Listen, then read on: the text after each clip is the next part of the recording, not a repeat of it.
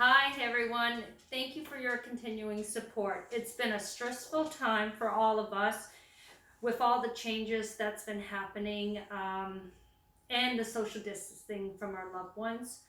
Jeremy and I wanted to do something unique, and we thought not me, Jeremy would teach us a few tricks of the trades when it comes to home repairs. So Jeremy, what are we doing today? Today we're doing drywall repairs, California patch in particular. It's for a little larger holes, not just your average nail hole. Oh. So these here, this would be, you get your brother-in-law helping you move in, and not quite experts on it, so you end up with holes in your drywall. Either that, or some people, what they'll do on interior walls is they'll hang their TV up here, and in this stud cavity they hide their wires in behind to run to their wall unit, so you don't see wires hanging down. Now when you go to patch one of these, first thing you want to do is check inside to see how far back the damage is. Generally you're going to at least an inch back, so we're going to mark it out first of all, and just use anything for a straight edge. Now, normally you'd be using different metal trowels, varying sizes. However, the average homeowner's not going to have drywall trowels. They're just going to be using the plastic ones. Right. So for this, we will use plastic trowels. I'm just using one for straight edge, one of the metal ones. So we want to go outside the damage area. So like I said, this one here, we're roughly 1 inch. So we just want to put a mark all the way around. A little heavier on some sides where the damage goes back further. We just want straight lines. We're not worried about whether or not they're square, because this is going to be our template for the patch.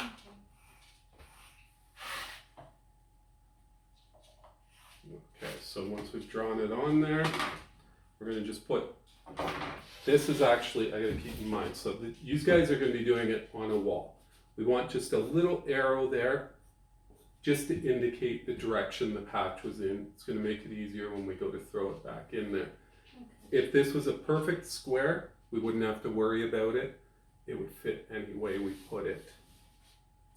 So, now, first of all, you want to take your knife, take a utility knife, and just score directly along the lines. This is just going to stop the paper from fraying, and it's going to make your patching a lot easier.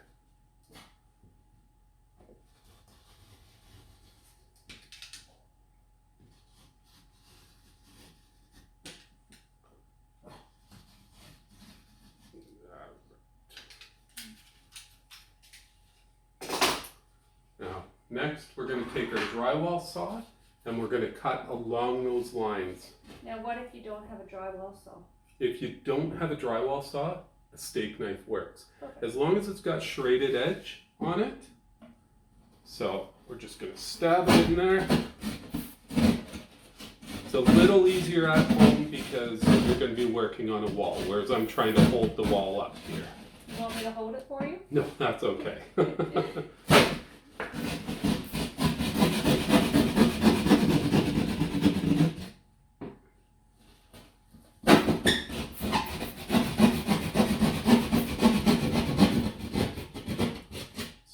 We're going to cut the 3 sides, leaving one side, and then just gently push in. We're going to do that so we don't lose our piece down inside of the wall.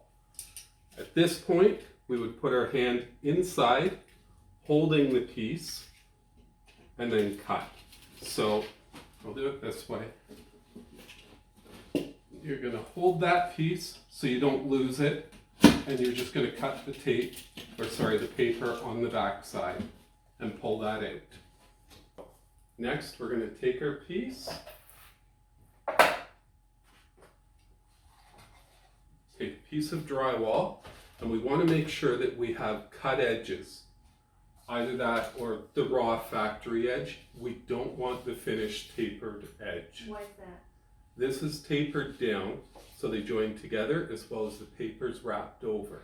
Okay. So we're going to take our piece and we're going to leave an inch around the outside. So we're just going to cut it.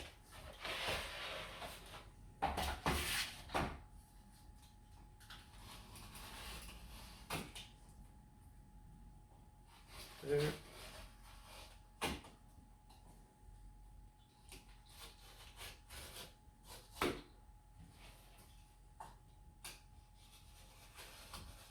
Now, I'll hold this up to show exactly what I did here.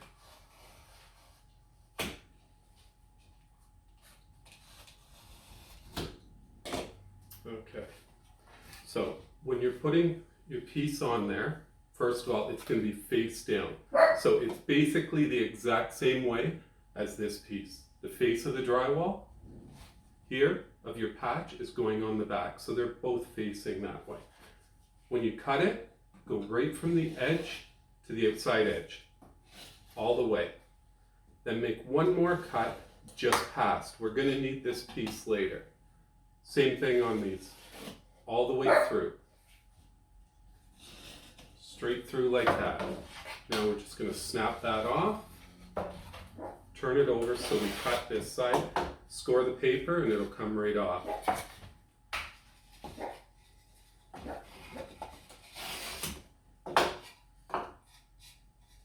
Our dog's barking in the background, guys.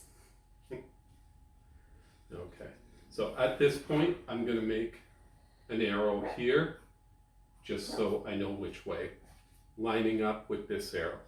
Once our patch is done, we're going to grab it with our fingers and snap it. Now, we don't want this part taken all the way off, so we're going to roll it towards us. So why is that? We're leaving the front paper on. We'll use that after. Pull it off, the paper stays attached to your patch. Same thing, bend it forward, and then with a little bit of pressure, we're going to roll it back. Again, bend it forward, roll back.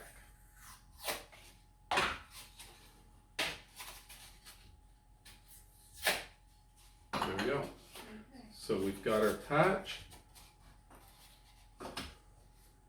Now, on this piece here, we're just going to go through, and we want to make sure we don't have any rough edges left on here.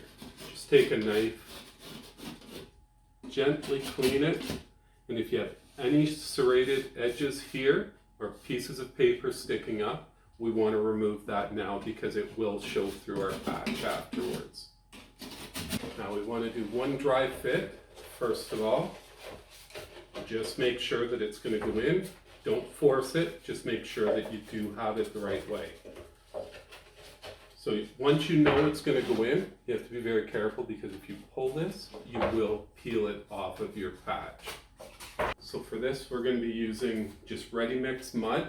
Home Depot, Lowe's, Rona, any of them carry them.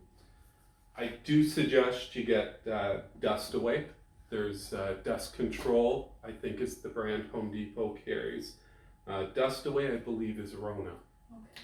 So it's a little bit heavier and it'll fall down instead of floating through the air. Keeps your work area cleaner. And we like that. Yeah. Especially us women. Right. So we're going to take the mud and we're just going to put it on there. This part does not have to be neat at all. You need quite a bit though. You do, because you want to make sure there's no air pockets. Okay. And what happens if there was a air pocket? It will, well, it can bubble up on you, and that's going to slow your repair down quite a bit. If you get a bubble in it, trying to get rid of the bubbles afterwards, a little harder. Okay. So there. Basically, we've got covered all the way around the back. Clean our trowel off. And now we're just going to take this and push it right in. So when you're pushing this in, you want to make sure that you don't push it past the depth of your drywall. If you push it past, you're just going to have to fill it with extra mud. It's going to slow everything down. So, working your way outward, we're working that mud out. So you can see here it's still kind of high, so I would push that in a little more. Push it in. Your trowel will tell you how far. So when I put it on the edge, I can see this is still high.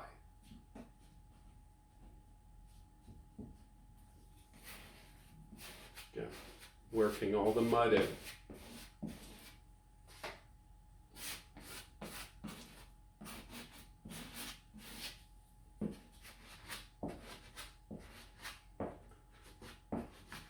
Definitely is harder with the plastic trowels. It's much faster using a metal trowel, but It can work. yeah, definitely. Okay.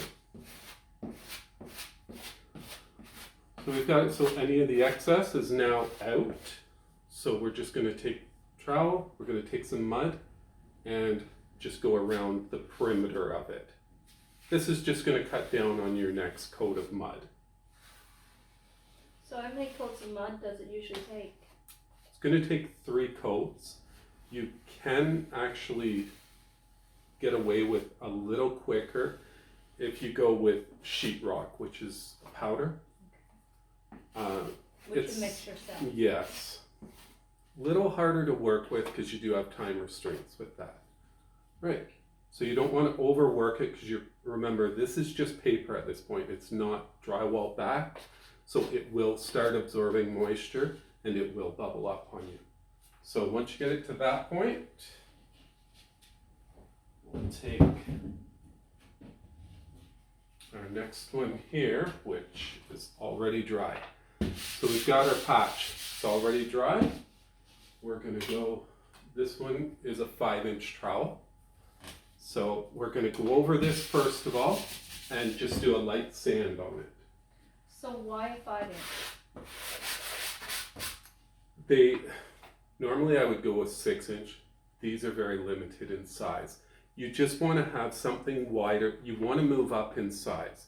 So basically when you start, this was a 3-inch trowel.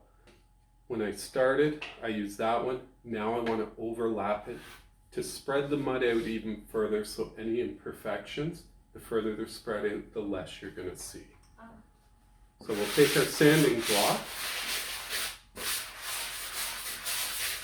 just lightly sand it, just to knock down any edges. What we don't want to do is where you can see here, it's touching the paper. You don't want to disturb that paper. The moisture will get in there and it will stand up afterwards. All right. So we're going to take our mud, load it up,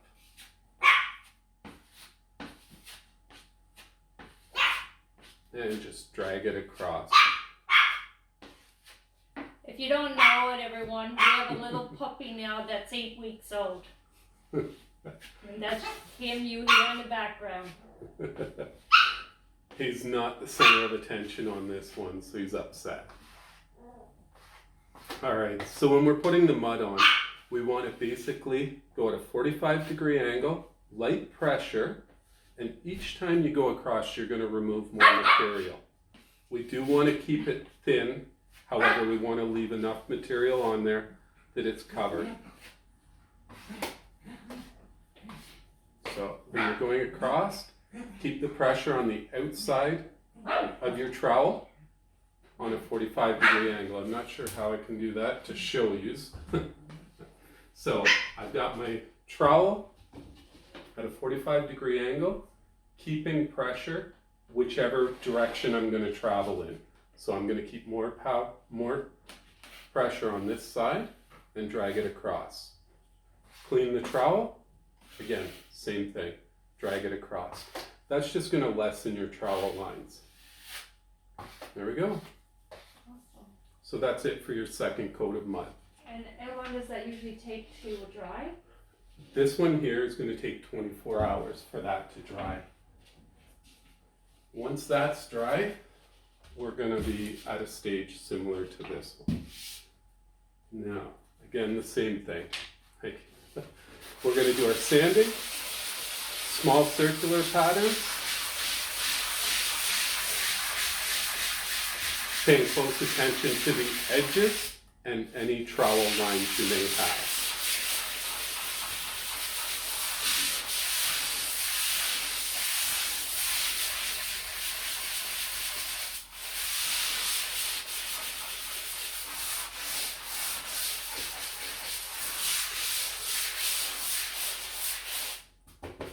It doesn't make a lot of mess though, does it? No, this stuff tends to fall directly down the dust control. Right. It's a little heavier mud, like I said.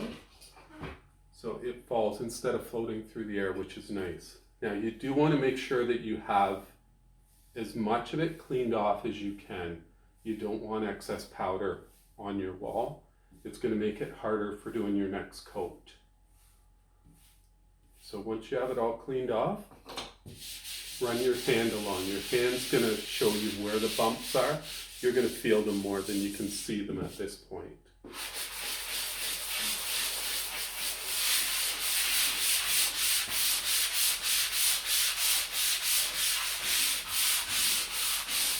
There we go. You would never know there was a hole there.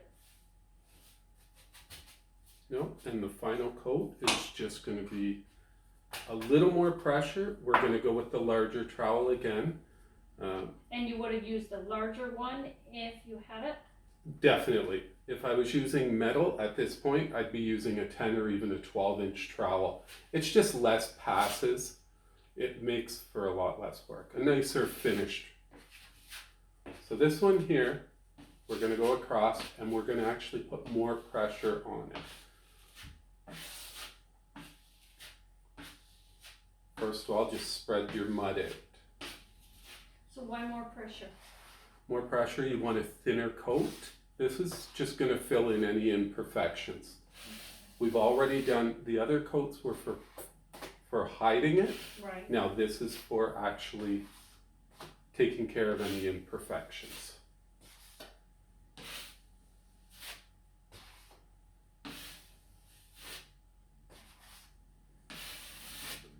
When you're doing it, don't worry about any trowel lines that are on there. I've got 2 here. I could go back over and do it again. The problem is the mud is going to start peeling off. So it's easier to sand those at the end. As long as you know that you don't have any dents or anything, any divots or holes, you're going to be good. Okay. So that's, put it down in the light so you can see there is trowel lines there. Right. I hope you're finding this useful, guys. All I right. am. So the next one, now we can see here we've got the trowel lines. Got some down here. Again, like I said, you'd get a lot less if you were using a 12-inch metal trowel. A lot nicer finish. So at this point, you want to be using a very fine sandpaper.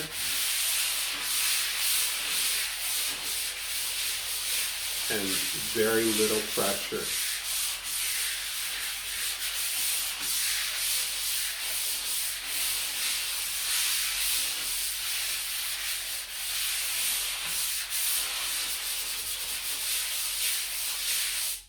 Again, run your hand over it. That's going to let you know if there's anything. So I can feel there actually is a bump over here.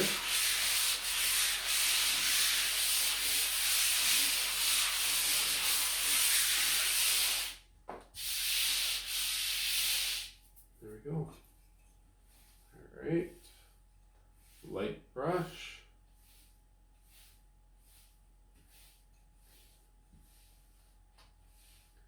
When you're removing the dust, you can use a brush, a vacuum if you have a shop vac with a proper filter in it. It's not a good idea to use your home vacuum for drywall dust. Even a rag. Go over it. That's going to remove it. Drywall dust is very fine, and some of it will make it through your through your vacuum filter and get into the motor.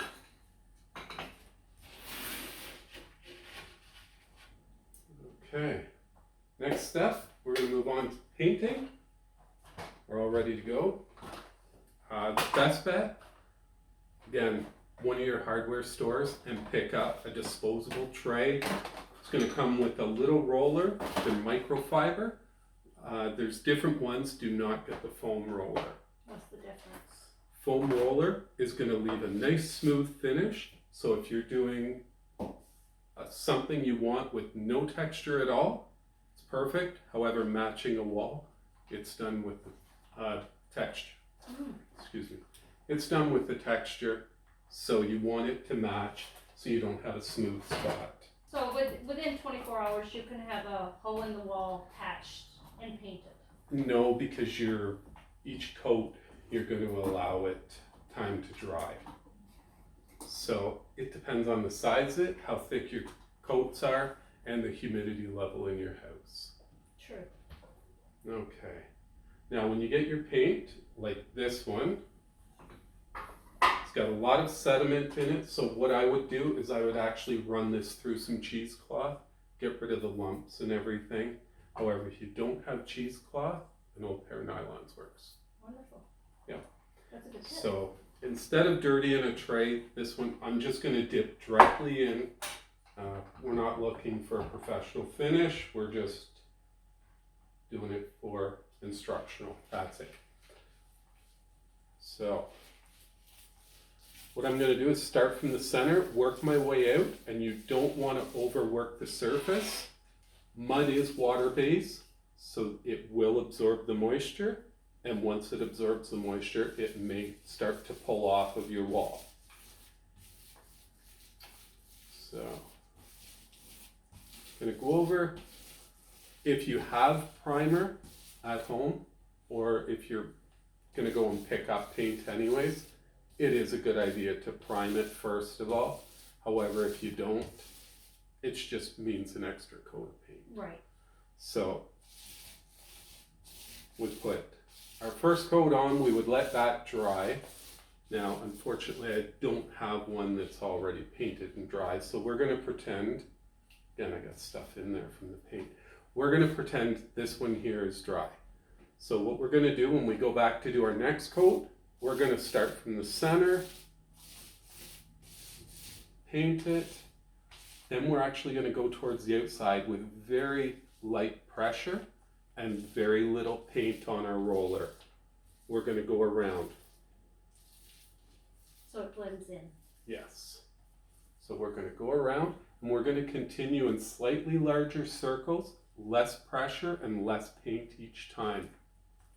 So you can see on the outside where there is no paint, when I do that, it leaves like a slight stippling effect. That stippling effect is going to take your new color and blend it in with your old.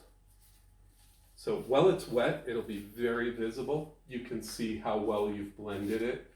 Hopefully once it dries, it's not visible at all. Another good practice is if this is in between, let's say a 5 to 6 foot area, the hole, always paint up higher. Go up to 7 foot and down to 4 or even 3 foot. If you do, it's not at eye level. So when you're looking down the wall, your paint line is going to be down below where your eyes see. I see, okay. Whereas if this was up right at eye level and it's not a perfect match, it's going to stand out. Right, that makes sense. So if we have a painted wall and we don't have any paint left over, we want to do a touch-up. What we're going to do is we're going to take our drywall knife, applying pressure on it. We're going to cut 1.5 by 1.5 is fine. You're just going to make a slice in it, making sure that all your corners overlap. So it is cut completely through.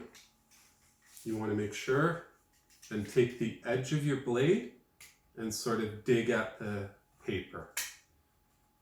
It's going to come up. Once you get the corner up, very carefully we want to pull this off, just like that.